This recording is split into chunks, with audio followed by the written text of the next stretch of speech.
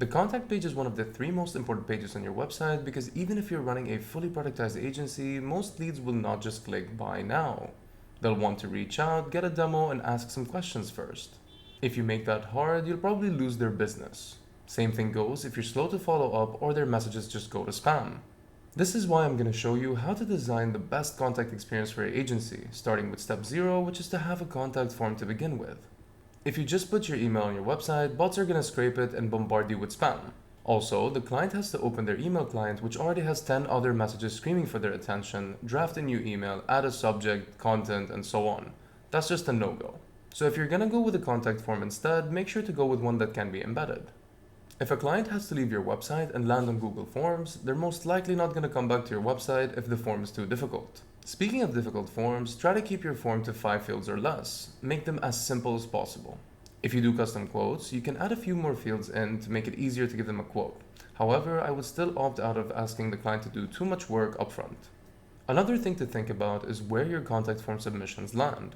Ideally, you'll want to use a shared inbox or the help desk module that we have in SPP so your whole team can collaborate on tickets as well as answer them quickly as they come in.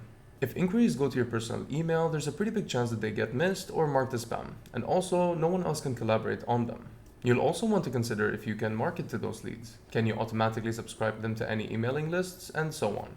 Let me show you a couple of examples of what SPP contact forms can look like on your website. Here's what a contact form looks like embedded directly on your website. I've filled it with some information to submit so you can see an example of that. You can also embed your contact forms via a widget on your website like this one. The client's able to fill out the contact form within the widget and then submit it to you. Any type of contact form submission is going to create an account for the client on your workspace marked as a contact to allow you to answer them easily and interact with them in the future. Here's what the ticket looks like from the client side on your workspace. You can see all the information the client provided consolidated on one page and reply to them directly from within the ticket. Based on a study by Premio, 27% of contact forms abandoned are due to them being too long. Let me show you how to set up a concise contact form on SPP. First, you'd go to Contact Forms and do Add a Contact Form. Give your contact form a name, a quick description, and add the fields in that you would like your clients to fill out. In this case, I've only added 3 fields: the email address of the client, the subject of their inquiry, and more details about the inquiry, keeping this form as short as possible. You can also add a message in the form information field, ensuring the client that their data is kept safe as SPP follows all industry security standards. If you'd like to have the client schedule a call for any reason, we have a Calendly field that you can add to your form that can also be made required. This validates the client has scheduled the call before they even submit the form. You can also use contact forms to have a client submit a quote request if you offer bespoke services. Here's an example of a quote request form that we filled out earlier. You can grab the embed or the widget code for any form you have by clicking on this action menu here, then clicking on share and grabbing the code from here. Alright, now that we've talked about tips, let's see a few examples of how other agencies do their contact forms and how we could improve them. First up, I'm looking at WP Speedfix.